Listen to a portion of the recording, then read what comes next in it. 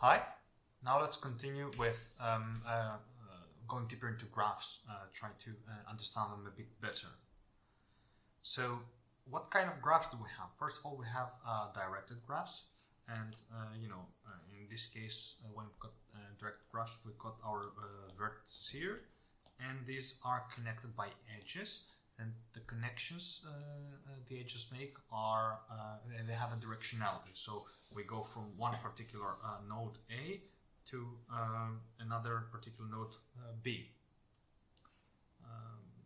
While we cannot really go from B to A unless there is a new edge with the opposite direction.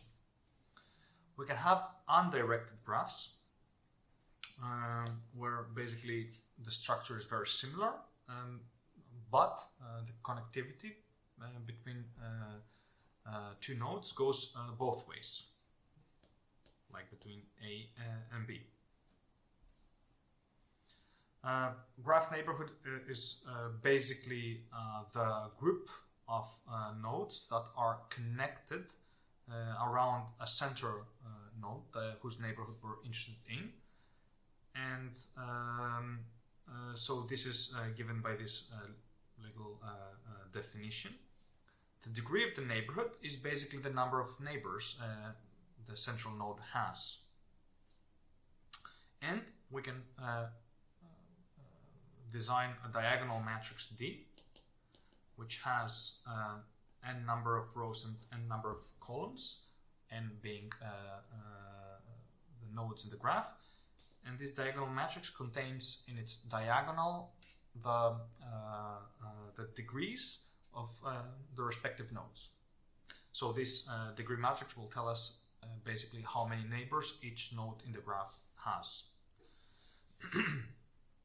So the graph can also have certain attributes. So we can have different node features.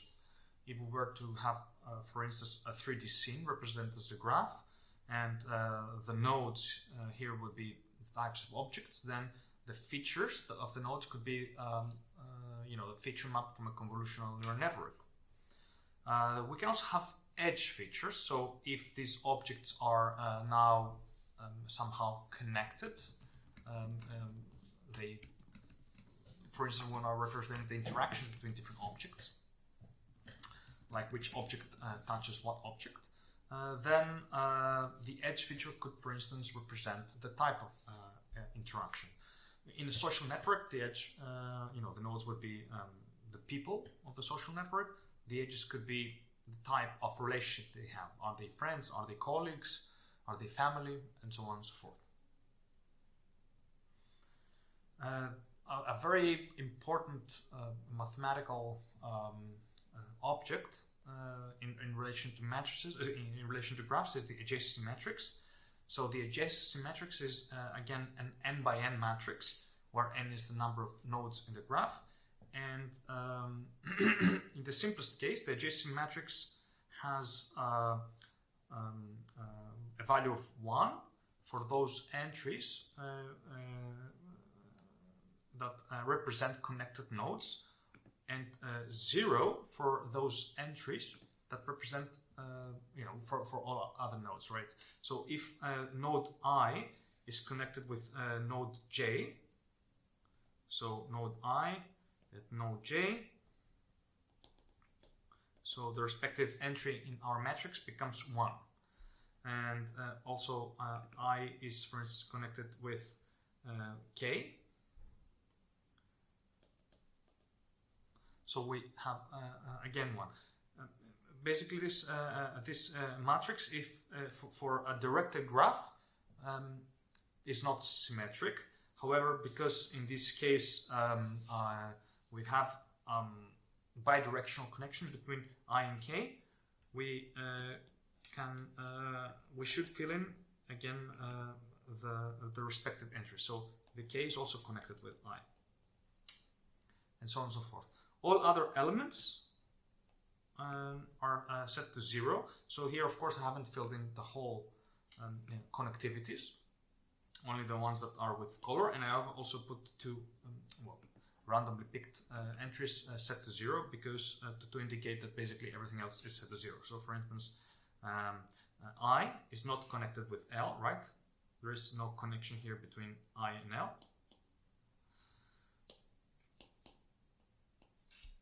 And therefore, their entry is their pair of I, comma L is set to 0 for the matrix A. Now, if we have undirected graphs, our adjacency matrix becomes symmetric. So, which means that we have to fill in only one part, like the upper diagonal or the lower diagonal, and fill in symmetrically the entries. So the two the two adjacent matches look very similar. The only difference is that for one, we take advantage of the symmetry that bidirectionality provides us. And when our edges have weights, so when our connectivity does not reflect a binary relation between two nodes, then our adjacent matrix can also have values that represent the weights. So instead of 1 or 0, then we've got W of ij, W of mj, and so on and so forth, and these are inserted in the respective entries in the adjacency matrix. The graph Laplacian is another very, very important construct. The graph Laplacian is basically a matrix representation of the graph. If we were to represent the graph in a single matrix, that would be the graph Laplacian, and it's computed as the difference between the degree and the adjacency matrix. So that's our graph Laplacian. Now, this matrix representation is sort of sensitive to the degrees, right? And why is that the problem? The problem is that we could, the ordering that we have in our matrix is all random, right? So instead of calling this 1, 2, 3, 4, 5, 6, 7, 8, 9, 10, 11, I can also, I might as well have another different order. 1, 2, 3, 4, 5, 6, 7, 8, and so on and so forth. So that would give different Laplacians, different maybe, well, the connectivity would always be the same. So all these matrices are connected, but they would cause problems. So in any case, it is quite often important to normalize our graph Laplacian. And we can do this by left multiplying by the inverse degree matrix, or for better symmetry by left and right multiplying with the d to the power of minus 1.5, like here. In this picture, I'm providing an intuitive interpretation, a visual example of what the degree and the adjacency in the Laplacian matrix looks like. So between these two nodes, 1 and 2, let's focus on one node, 1. So node 1 has two neighbors, right? It has 2 and 5. So the degree matrix for node 1 has a value of 2. And for number 4 here, we've got 3 neighbors, number 5, number 3, and number 6.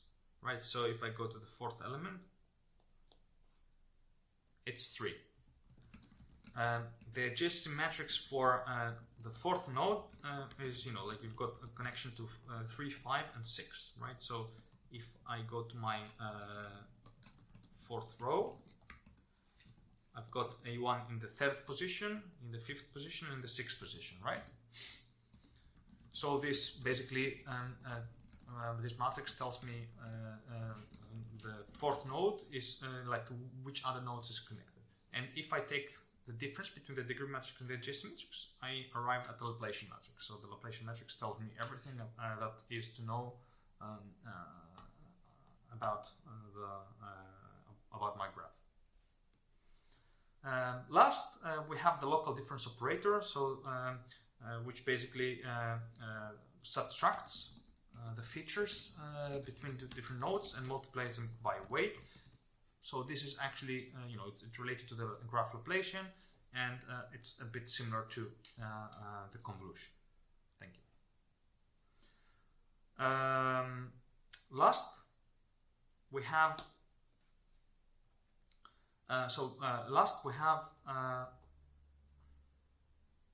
next we have the local difference operator. So the local difference operator takes differences between neighboring nodes and multiplies them by a weight value. It relates to the graph relation, and in a way it is a bit similar to a convolution in that it multiplies certain weight values with nodes in the neighborhood of another node. And last, we've got the Dirichlet energy, which basically takes the concept of the local difference operator and applies it to all our nodes, so that to measure the smoothness of the graph. So basically, we're repeating it. We're repeating the local difference operator for all nodes, and by doing so, we can express it in terms of the trace of our features, like node features, times the local difference operator times the features. The bigger the difference here, this means that we've got bigger energy in our graph, and we've got less smooth graph.